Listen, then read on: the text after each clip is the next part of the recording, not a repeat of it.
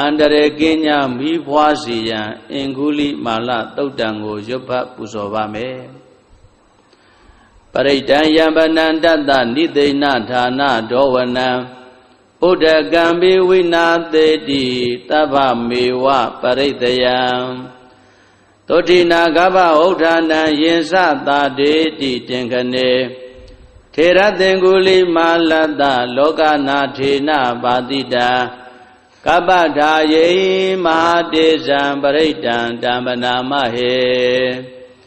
ယတောဟံပဂိတိအရိယာယဇာတိယဇာတော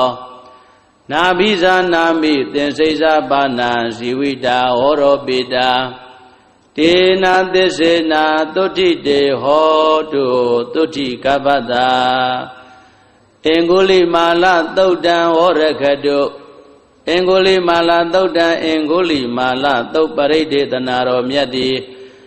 ဟောတုံမကံပရိတယစိတ်ထားကြည်ပြူနာယူကြညသင်မျိုးကောင်းသာမျိုးကောင်းသမီးတို့အားရခတုကိုလည်းကြမ်းမာစိတ်ချမ်းသာ၍